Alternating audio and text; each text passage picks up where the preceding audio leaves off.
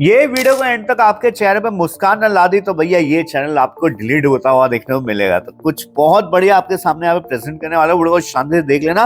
सबसे पहले तो देखो अपने इसी रेजिस्टेंस के आसपास से फिर से डामाडोल हुआ ऊपर के लेवल से एक छोटी सी करेक्शन। हाँ भाई छोटी सी करेक्शन और मेजर रेजिस्टेंस को अब यहाँ पे ब्रेक करने के लिए ऑलमोस्ट तैयार थी निफ्टी की भैया यूएस की तरफ से जो है फिर डंडा कर दिया जाता है चाइना को। और गिफ्ट निफ्टी आप अगर जाके चेक करेंगे तो भैया उनकी लग चुकी है 200 पॉइंट डाउन इस समय गिफ्ट निफ्टी दिखा रहा है, जो इंडिकेट करता है भैया गैप डाउन यहाँ पे हो सकता है 150-200 पॉइंट का।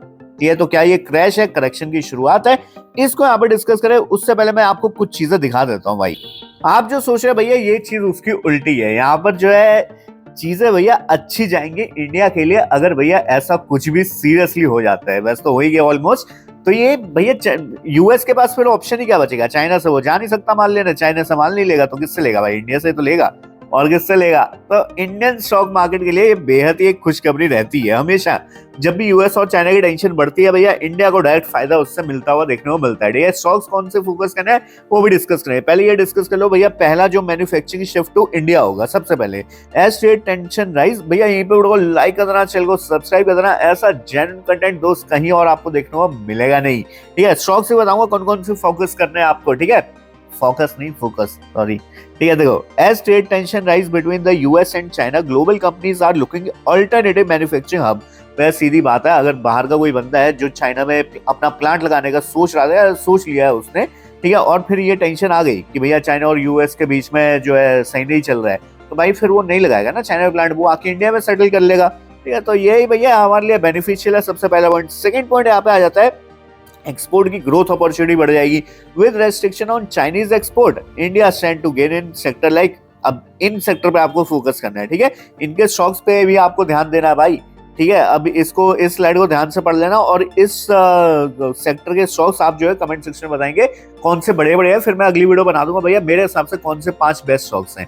ठीक है तो आप उस वीडियो के लिए इंतजार कर लीजिए, तब तक चैनल को सब्सक्राइब और लाइक कर दीजिए। इंजीनियरिंग गुड्स, ठीक है आपको क्या लगता है इंजीनियरिंग गुड्स के सेक्टर से कौन कौन से स्टॉक अच्छे परफॉर्म कर सकते हैं। ठीक है फार्मा को चलो मैं यहीं पे बताता हूँ SP, ठीक है शॉर्ट फॉर्म है ये सन फार्मा की, इसको जाके ट्रैक करो और वो भैया बहुत इस लेवल में फिट बैठ रही है। ठीक है जाके आप चेक करिएगा इसको। ठीक है इसके अलावा एक सीमेंस करके भी एक कंपनी है वो भी आपको सही लगेगी फार्मा के सेक्टर पे। ठीक है इलेक्ट्रॉनिक्स में आ जाओ, इलेक्ट्रॉनिक्स में भैया और क्या चाहिए, डिक्सन सबसे भैया हमारा खतरनाक एकदम, टेक्सटाइल, ऑटो कंपोनेंट्स, इन दो सेक्टर के आप लोग जो है कमेंट सेक्शन में बताओ कि भैया कौन से स्टॉक आपको बढ़िया लगते हैं। बाकी मैं बताऊंगा भाई, टेंशन क्यों ले रहे हो, बिल्कुल टेंशन नहीं लेनी है। एक काम करो फटाफट जाओ टेलीग्राम पे सर्च करो विजुअल स्टॉक माइंड, फ्री में स्टॉक मिलता है जहां पे आप लोग बढ़िया बेस्ट छाप सकते हैं। उस चैनल को ज्वाइन कर लो, लिंक आपको डिस्क्रिप्शन मिल जाएगा।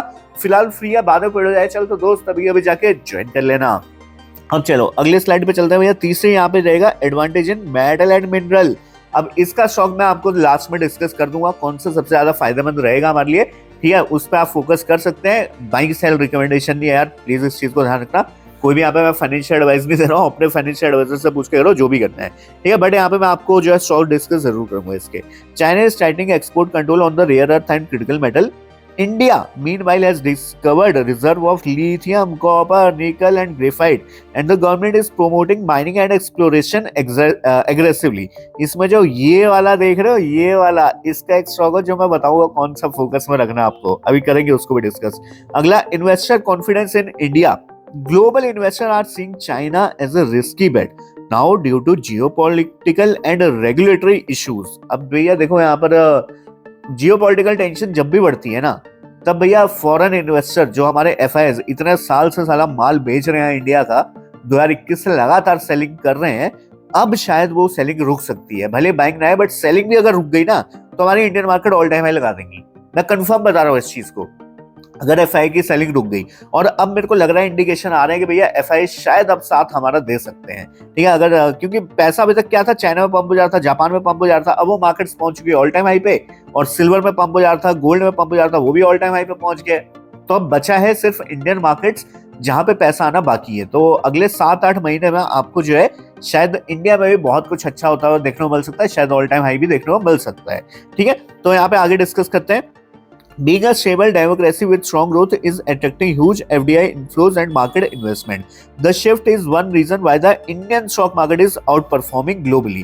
अब ये आप ऐसे देखोगे आज से 1-2 साल के पीरियड में तो आपको नहीं समझ में आएगा, बट आप डेटा उठा के देखो भैया 2010 से 2025 का 15 साल का डेटा एक बार उठा के देख लो, निफ्टी कहाँ पे चल रही है और बाकी मार्केट्स कैसी परफॉर्म कर रही है, आपको खुद ही समझ में आ जाएगा।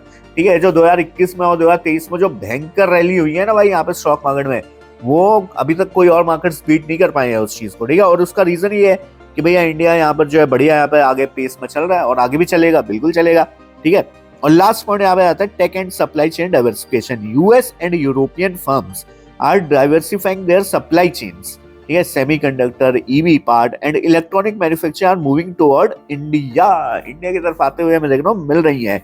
और अभी आपको नहीं पता होगा तो भैया यहाँ पर जो है मोदी साहब जो है बाहर गए थे, और मैं भूल गया एग्जैक्टली यूके का था या हाँ यूके की साइड गया था। वहाँ की कुछ कंपनीज जो है वो बाहर की जो यूनिवर्सिटीज है वो यहाँ पे इंडिया में आ रही हैं। ठीक है, तो ये भी एक काफी अच्छा शिफ्ट है, और ऐसा कुछ होता है तो भैया यहाँ पे जॉब्स भी बढ़ेंगी, एजुकेशन भी सही होगी, और भैया शायद 1-2 साल में आपको जो है बहुत अच्छे रिटर्न्स मिल जाएंगे। ठीक है, project like the micron chip plant show how India, हाँ आपको नहीं पता तो भैया ये घुस गया है इंडिया में। ठीक है, और इसका बहुत बेनिफिट होने वाला है हम लोग को आगे चल के इंडियन स्टॉक मार्केट्स पे। ठीक है, अब सीधा चार्ट पे चलते हैं।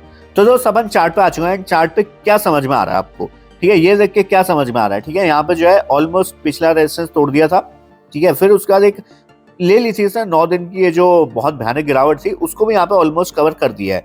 अब अगर ये वाले हाइस को अपना तोड़ देता है, ठीक है, तो हमारे पास ये वाला लास्ट हाई बचेगा जिसका जो मेजर रेजिस्टेंस रहेगा, और अगर एक बार को ये ब्रेक किया तो मुझे लगता है कि ये फिर सीधे ऑल टाइम हाई के लिए रेडी हो रही है निफ्टी यहाँ पे। ठीक है, आपको 26,000 बहुत जल्दी ही जाता हुआ देखने को मिल जाएगा, ऐसा मुझे पर्सनली लगता है, क्योंकि यहाँ पे पैटर्न यही बता रहे हैं हमें। ठीक है, ये देखो ये देखो ये देखो, और ये ब्रेकआउट आता है तो ये होता है। ठीक है, अब यही हमारे पास ये मेजर रेजिस्टेंस रहेगा वैसे तो 25,600 का।